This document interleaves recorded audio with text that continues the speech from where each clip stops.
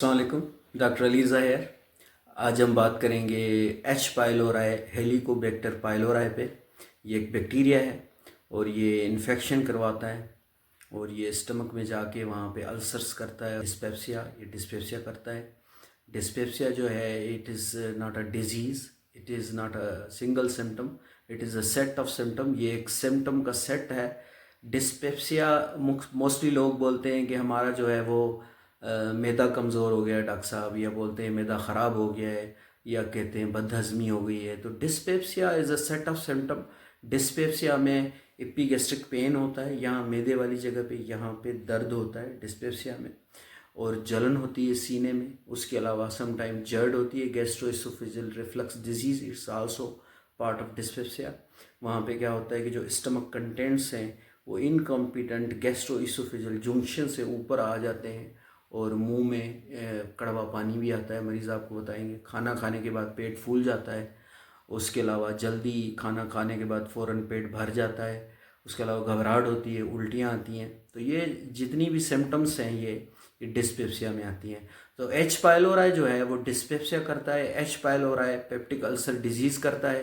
Peptic ulcer disease जो है ये दोनों के लिए इस्तेमाल होती है। स्टमक अल्सर्स के लिए, मैदे में ज़ख़म बनते हैं, या ड्यूडेनल अल्सर के लिए, या आंतों का जो पहला हिस्सा है ड्यूडेनम, उसमें अगर ज़ख़म बन जाए। Stomach ulcer and duodenal ulcer दोनों को मिला के पेप्टिक अल्सर बोलते हैं, और इसको एसिड पेप्टिक डिजीज़ भी बोलते हैं क्योंकि एसिडिटी की वजह से अल्सर्स बनते हैं। और अल्सर्स जो हैं स्टमक में वो दो वजह से बनते हैं, एक एच पाइलोराई की वजह से जिसमें हम आज बात करेंगे, और एक non steroidal anti inflammatory drugs की वजह से। जो हम पेन किलर्स खाते हैं मोस्टली, ब्रूफिन, स्टान, डिस्प्रीन, पायरेक्सिकेम, डाइक्लोफेनिक, नेप्रोक्सिन, ये ज़्यादा इस्तेमाल करने से जो है अल्सर बन जाता है। और इसके अलावा एच पाइलोराई बहुत कॉमन इन्फेक्शन है। एच पाइलोराई जो है इसकी जो प्रिवेलेंस है वो वर्ल्ड वाइड 50% है। 50% लोगों को एच पाइलोराई है दुनिया में, और साउथ एशिया में तो 55 से लेके 90% तक है, मोस्ट कॉमन है। पाकिस्तान की बात करें तो 50 से लेके 70% लोगों को, यानी कि करोड़ों लोगों को एच पाइलोराई इन्फेक्शन है। लेकिन ये एच पाइलोराई इन्फेक्शन सब लोगों को बीमार नहीं करता। मोस्टली लोग हेल्दी होते हैं और असिम्टोमेटिक होते हैं। ये सब लोगों को क्यों नहीं बीमार करता, इस पर भी हम बात करेंगे, और इसका इलाज क्या है इस पर भी हम बात करेंगे, और इसके टेस्ट हम इसके लिए कौन से करवाएंगे कि हमें पता लगे कि एच पाइलोराई अंदर है या नहीं है, इस पर भी हम बात करेंगे। तो वीडियो को एंड तक ज़रूर देखिएगा और लाइक शेयर सब्सक्राइब ज़रूर करिएगा। तो हम बात कर रहे हैं एच पाइलोराई के। एच पाइलोराई एक बैक्टीरिया है जो कि इन्फेक्शन करता है, और इसका जो स्प्रेड है वो वाया फीको ओरल रूट से होता है। फीको ओरल रूट पे डिटेल में हम बात कर चुके हैं हेपेटाइटिस वाले लेक्चर में। फीको ओरल रूट का मतलब होता है कि पखाने के ज़रिए ये ट्रांसमिट होता है, और उसके बाद अगर आप सफाई का ख्याल नहीं रखते, या जो ख़राब पानी है, कंटामिनेटेड वाटर है, ख़राब पानी हम पी लेते हैं, उससे हमें ये इन्फेक्शन हो जाता है। उसके अलावा जो है अगर हम एक ही साबुन से हाथ धोएं, या होटलों में बाहर वाशरूम बाहर साबुन पड़ा हुआ होता है, वही उससे ही खाना खाने के बाद भी हाथ धोते हैं, और स्टाफ भी उसी वाशरूम में जा रहा होता है, या सम टाइम कस्टमर भी जा रहे होते हैं, तो वहाँ से लगता है, या किसी होटल वाले को है, रेडी वाले को है इन्फेक्शन है, और वो जो है सफाई का ख्याल नहीं रखता, और या तंदूर पे बैठा है, वहाँ से आप खाना खा रहे हैं, तो उससे, और घर में अगर एक फैमिली मेम्बर को हो गया तो वो दूसरों को भी ट्रांसमिट कर सकता है वाया फीको ओरल रूट। तो इसकी जो ट्रांसमिशन है यही इसको इतना ज़्यादा कॉमन बनाने की वजह है कि फीको ओरल रूट से है। तो ये इसीलिए one of the most common infection है इन पाकिस्तान।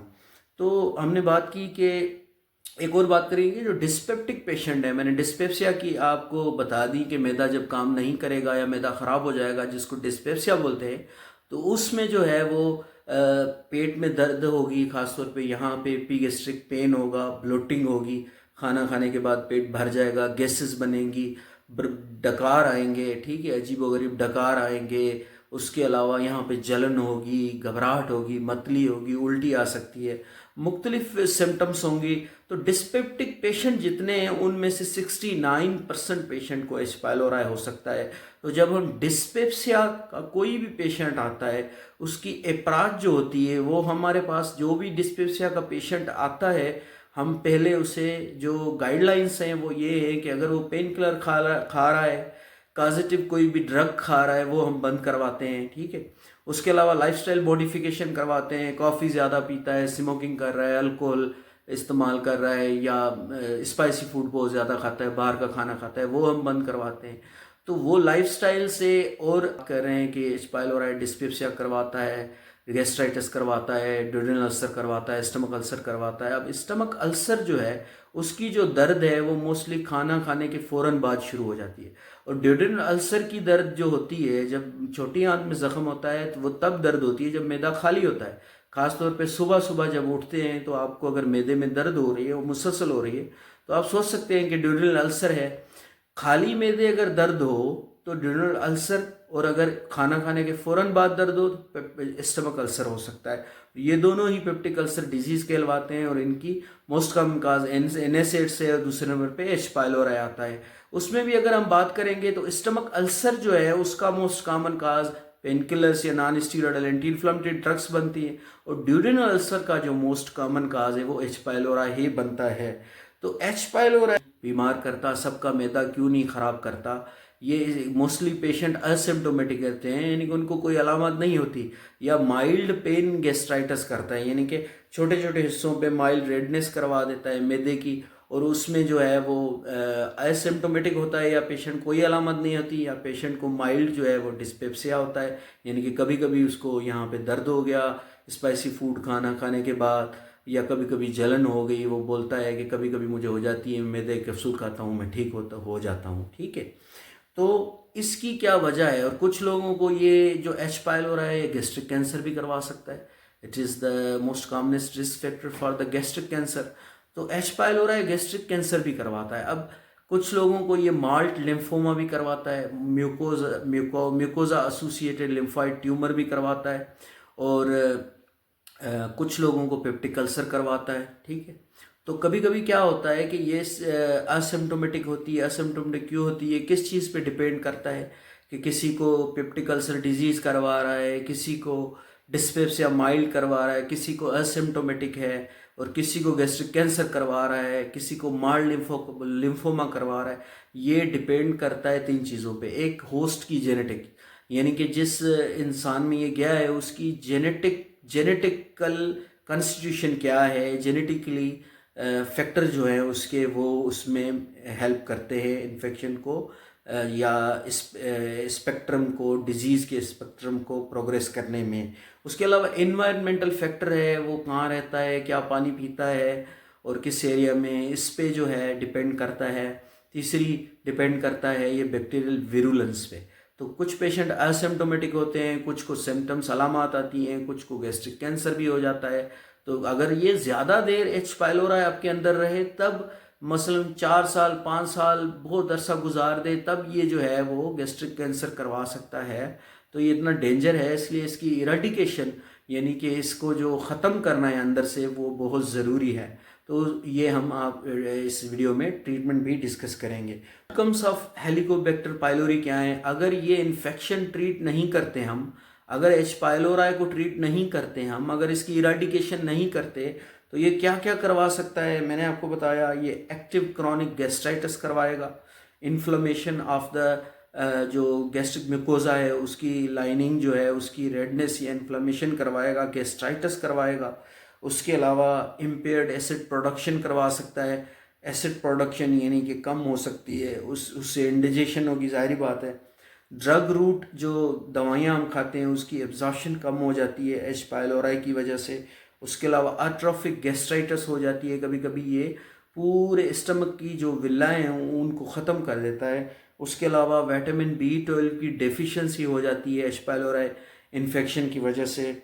उसके अलावा ये अदर फैमिली मेम्बर्स में ट्रांसमिट होता है, मैंने आपको बताया, और हर होस्ट की जेनेटिक डिफरेंट होती है। हो सकता है कुछ फैमिली मेम्बर को अलामत आएँ और कुछ को ना आएँ, असिम्टोमेटिक ही हों। उसके अलावा डिस्पेप्सिया करवाता है। डिस्पेप्सिया मैंने आपको बता दिया, डिस्पेप्सिया क्या है, उसको अप्रोच कैसे करेंगे और कब हमें ज़रूरत पड़ेगी एच पाइलोरी टेस्टिंग की। उसके अलावा आयरन डिफिशिएंसी एनीमिया करवाता है H pylori. Auto immune thrombocytopenia करवाता है, प्लेटलेट्स की कमी हो जाती है। पेप्टिक अल्सर मैंने आपको बताया, ये पेप्टिक अल्सर करता है, स्टमक में भी अल्सर करता है और ड्यूडेनम में भी अल्सर करता है। और पेप्टिक अल्सर की कॉम्प्लिकेशन भी हो जाती हैं अगर एच पाइलोरी अंदर रहे, पेप्टिक अल्सर की कॉम्प्लिकेशन क्या है? हेमेटोमेसिस है, खून की उल्टियाँ आना, उसके अलावा मलीना, ब्लैक स्टूल, ठीक है, उसके अलावा हेमेटोचीजिया, ब्लड इन स्टूल आ सकता है, उसके अलावा जीआई परफोरेशन है, ठीक है, अगर बहुत शदीद हो गया है, ठीक है, अंदर कोई अल्सर जो है कोई ब्लीड कर रहा है और उसकी वजह से ब्लीडिंग हो रही है तो एनीमिया हो जाएगी, ठीक है, और वेट लॉस होगा पेशेंट का।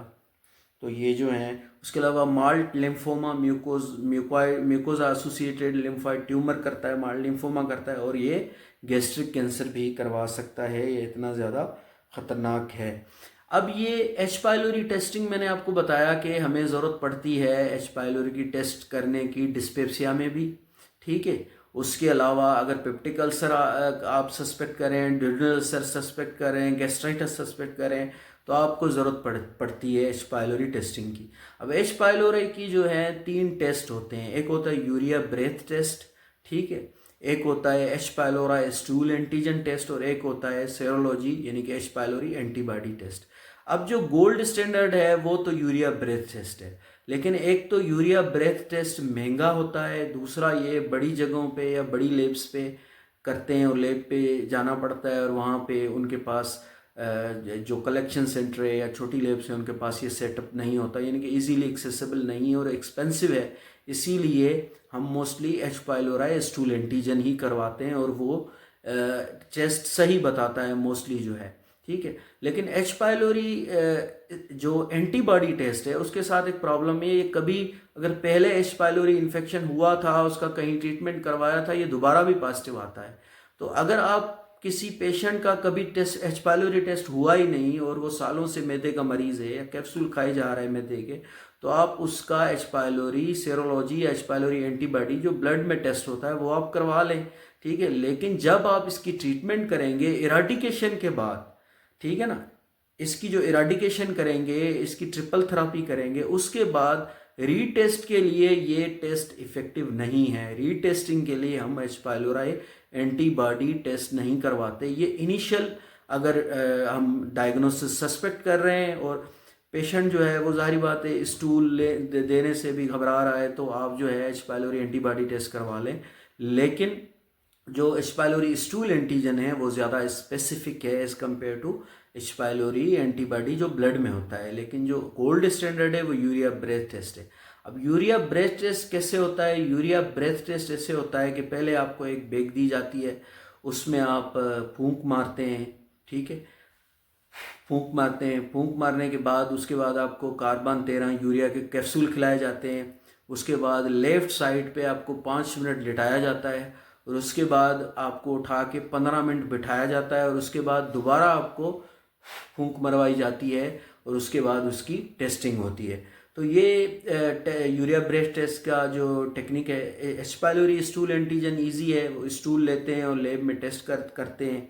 उसके अलावा एंटीबॉडी टेस्ट तो वो किट मेथड पे होता है, वो हाफ एन आवर में आप जो है वो इंडोर में आउटडोर में पेशेंट की भी टेस्ट करवा सकते हैं। तो हम बात कर रहे थे कि रीटेस्टिंग जो होती है ना, इसकी अगर हमने एच पाइलोरी इराडिकेशन कर ली तो रीटेस्ट के लिए भी यहाँ पे हम यूरिया ब्रेथ टेस्ट जो गोल्ड स्टैंडर्ड है वो हम नहीं करवाते हैं। Mostly H pylori stool antigen test ही करवाते हैं, जो कि तकरीबन हम ट्रिपल थेरापी करते हैं 1 वीक, उसके बाद हम 6 से 8 हफ्ते पीपीआई देते हैं और उसके बाद जाके हम जो है वो 2 वीक हम पीपीआई बंद करवा के तो फिर stool antigen test, H pylori stool antigen test करवाते हैं हम, देखने के लिए कि इन्फेक्शन ख़त्म हुआ या नहीं। इसके अलावा कुछ इन्वेजिव टेस्ट हैं। अब इन्वेजिव टेस्ट कैसे होते हैं? वो होते हैं इंडोस्कोपी के दौरान, यानी कि जो गैस्ट्रोएंटरोलॉजिस्ट जब इंडोस्कोपी करता है तो इंडोस्कोपी करने के दौरान ही वो बायोप्सी लेता है और वहाँ पे ही यूरिएज टेस्ट करता है और उस वक्त ही उसे पता चल जाता है कि एच रैपिड यूरिएज टेस्ट बोलते हैं उसको, तो उसको पता चल जाता है कि एच पाइलोरी इन्फेक्शन है या नहीं। या फिर वो क्या करता है, बायोप्सी लेके लैब में सैंपल भिजवा देता है, जिसकी 1 हफ्ते के बाद रिपोर्ट आती है और फिर वो बताते हैं कि जो इंडोस्कोपी की थी उसमें जो बायोप्सी में सैंपल लिया था उसमें एच पाइलोरी है या नहीं है। तो इंडोस्कोपी किस किस पेशेंट की करवाएंगे? जितने भी डिस्पेप्सिया के सिम्टम में सबकी एंडोस्कोपी करवाने की ज़रूरत नहीं है। मैंने बताया आपको इतना ज़्यादा कॉमन है डिस्पेप्सिया, तो अभी इतना ज़्यादा एंडोस्कोपी किसकी होगी? तो हर बंदा ही मैदे का मरीज़ है, तो आप हर किसी की थोड़ी एंडोस्कोपी करवाएंगे। एंडोस्कोपी तब करवाएंगे या तो patient is more than 55 year, 55 साल से ऊपर है, और उसको अचानक ही मैदे में दर्द होना शुरू हुआ है कुछ हफ्तों से, और सिम्टम्स अलामत आना शुरू हुए हैं, तो आप उसकी एंडोस्कोपी करवाएंगे। अगर रेड साइंस हैं, रेड अलार्म साइंस हैं, डेंजर साइंस हैं, जैसे कि वज़न कम हो रहा है, उसके अलावा खून की कमी हो गई है, एनीमिया हो गई है, ब्लैक स्टूल आ रहे हैं, खून की उल्टियाँ आ रही हैं, ठीक है, तो ये डेंजर साइंस है, तो आप एंडोस्कोपी करवा लें फ़ौरन ही। नहीं तो फिर हम ज़ाहिरी बात है एच पाइलोराई टेस्टिंग करवाएंगे, और उसके बाद अगर एच पाइलोराई इंड्यूस्ड अल्सर होगा, या एच पाइलोराई इंड्यूस्ड गैस्ट्राइटिस है, या एच पाइलोराई की वजह से डिस्पेप्सिया हो रहा है, तो हम उसकी एच पाइलोराई की इराडिकेशन करेंगे। अगर एसिम्टोमेटिक भी आया है और उसकी आपने एच पाइलोराई पॉजिटिव है, तो उसकी भी इराडिकेशन करेंगे, क्योंकि एच पाइलोराई अगर ज़्यादा देर रह जाएगा, तो क्योंकि इसका रिस्क फैक्टर है, it can cause the gastric cancer as well, so we have to eradicate the H pylori as soon as possible. तब इराडिकेशन थेरापी में ट्रिपल थेरापी आती है, उसमें पीपीआई देते हैं हम, या पीकेब आजकल आ गया है, पहले proton pump inhibitor, esomeprazole, omeprazole, 20 milligram BD देते हैं, ट्वाइस अ डे देते हैं, खास तौर पे खाना खाने से या खाली में दे देते हैं, mostly 30 to 40 minutes before meal.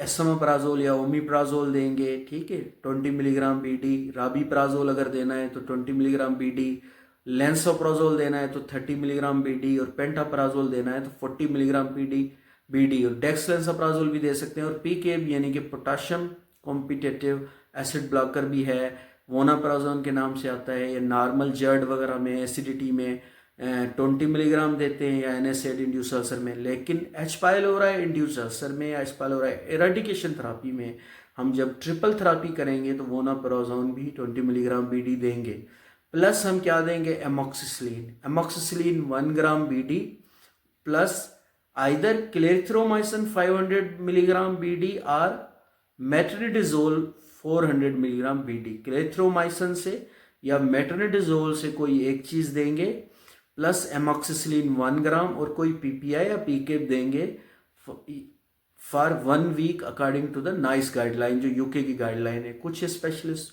14 days भी कहते हैं, लेकिन हम नाइस गाइडलाइन को फॉलो करेंगे, 1 वीक ही हम ट्रिपल थेरापी देंगे, और उसके बाद 6 to 8 वीक हम पीपीआई पे रखेंगे, और फिर 2 वीक का वक्फा करा के हमने स्टूल एंटीजन या यूरिया ब्रीथ टेस्ट रिपीट करवाना है कि इराडिकेशन हुई या नहीं हुई। अब फर्स्ट करो, कोई पेनिसिलिन एलर्जिक है, एमोक्सिसिलिन नहीं खा सकता, तो उसको आप फिर ट्रिपल थेरापी में क्या देंगे, पीपीआई देंगे।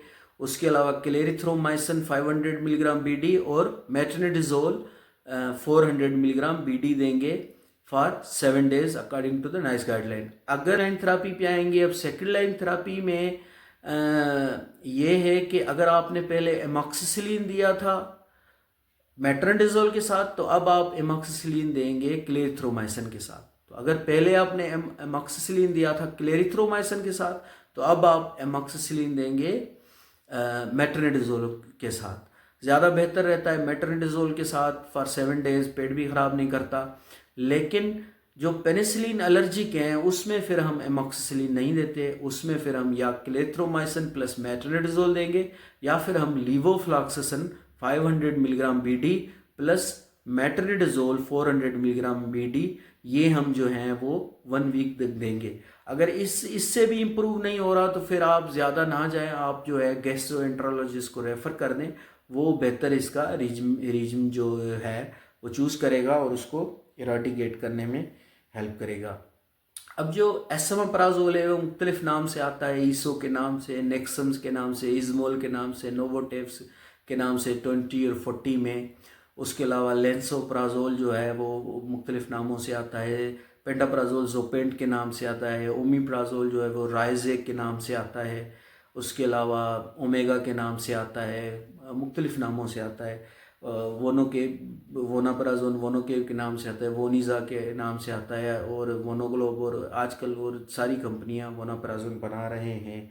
एमोक्सिसिलिन ब्रांड लीडर है एमोक्सिल, मैक्सिल, उसके अलावा एमोक्सिकेप और ओस्पामोक्स के नाम से आता है। क्लेरिथ्रोमाइसिन जो है वो क्लेरिटेक, क्लेरिसिड, रिदमो के नाम से आता है। और मेट्रोनिडाजोल आपको पता ही है, फ्लैजेल, मेट्रोजाइन और ग्रामेक्स के नाम से आता है। तो ये आप ट्रिपल थेरापी दें फॉर 1 वीक। उसके बाद जो है आप वो 6 to 8 वीक्स पीपीआई दें और उसके बाद जो है आप 2 वीक वेट करवाएं। उसके बाद आपने एच पाइलोरी स्टूल एंटीजन या जो है वो यूरिया ब्रेड टेस्ट करवाना है। ठीक है, तो ये चीज़ आपने करनी है। अब जो है वो हम बात करेंगे पेप्टिक अल्सर डिजीज़ के बारे में। तो पेप्टिक अल्सर डिजीज़ जैसे कि मैंने आपको बताया, ये कंबाइंड टर्म इस्तेमाल होता है स्टमक अल्सर में भी और ड्यूडेनल अल्सर के लिए भी। पेप्टिक अल्सर डिजीज़, इसको एसिड पेप्टिक डिजीज़ भी बोलते हैं। और एसिड पेप्टिक डिजीज़ क्योंकि एसिडिटी की वजह से ना ज़ख़म बन जाते हैं मैदे में, स्टमक अल्सर बन जाते हैं, या जो आंतों का पहला हिस्सा है ड्यूडेनम, उसमें ड्यूडेनल अल्सर बन जाते हैं। तो मैदे में ज़ख़म बन जाते हैं पेप्टिक अल्सर डिजीज़ में, या फिर छोटी आंत में ज़ख़म बन जाते हैं। अब अगर पेप्टिक अल्सर डिजीज़ आप देख रहे हैं क्योंकि अंदर ज़ख़म है और पता नहीं ज़ख़म की क्या नोयत है, और पेप्टिक अल्सर की कॉम्प्लिकेशन भी मैंने आपको बताई कि खून की उल्टियाँ लग सकती हैं, वेट लॉस हो सकता है, खून की कमी हो सकती है, तो डेंजर साइंस भी है इसके। तो पेप्टिक अल्सर के लिए आपने पेशेंट को रेफ़र करना है एंडोस्कोपी के लिए। तो पेशेंट जब एंडोस्कोपी करवाएगा तो उसी में ही उसमें ज़ाहिरी बात है या रैपिड यूरियस टेस्ट करेंगे या बायोप्सी लेके गैस्ट्रोएंटरोलॉजिस्ट जो है वो हिस्टोलॉजी करवाएंगे, तो पता लग जाएगा एच पाइलोरी है या नहीं है। तो अगर पेप्टिक अल्सर डिजीज़, या तो पेप्टिक अल्सर डिजीज़ जो है वो एनएसएड्स यानी कि pain killer, non steroidal anti inflammatory की वजह से होती है। ठीक है, मोस्ट कॉमनली स्टमक अल्सर तो ज़्यादा एनएसएड्स की वजह से बनते हैं और एच पाइलोरी की वजह से बनते हैं, और ड्यूडेनल अल्सर जो हैं वो मोस्टली एच पाइलोरी की वजह से ही बनते हैं। अब जो है वो अगर पेप्टिक अल्सर डिजीज़ एंडोस्कोपी में आ जाता है कि अल्सर है और ये एच पाइलोरी की वजह से ही है, तो फिर आप इसकी इराडिकेशन करेंगे। इसकी जो है वो ट्रिपल थेरापी करेंगे फॉर 7 डेज़ और फॉर 6 to 8 वीक आपने पीपीआई देना है। उसके बाद 2 वीक्स के बाद फिर आपने एच पाइलोरी के लिए टेस्टिंग नहीं करना, फिर आपने दोबारा एंडोस्कोपी के लिए भेजना है। अब जब दोबारा पेशेंट एंडोस्कोपी करवा के आएगा तो एंडोस्कोपी जब दोबारा होगी, अगर फिर भी अल्सर आए तो फिर आप कुछ और चीज़ें सोच सकते हैं। मिसाल के तौर पर आप मेलिग्नेंसी सोच सकते हैं, कैंसर सोच सकते हैं, या फिर आप सोच सकते हैं कि मरीज़ ने सही दवाई नहीं खाई, या फिर आप सोच सकते हैं कि एच पाइलोरी डिटेक्ट नहीं हुआ, टेस्ट सही नहीं हुआ, टेस्ट आप दोबारा करवा सकते हैं एच पाइलोरी का। उसके अलावा या फिर आप सोच सकते हैं कि एनएसएड्स, पेन किलर वगैरह तो नहीं खा रहा ये ज़्यादा टाइम से, या फिर जो है आप कोई रेयर डिजीज़ सोचेंगे जैसे कि ज़ोलिनर एलिसन सिंड्रोम या फिर क्रोन्स डिजीज़। तो आज के लिए इतना ही, मिलेंगे अगली वीडियो में। अल्लाह हाफिज़, बाय बाय।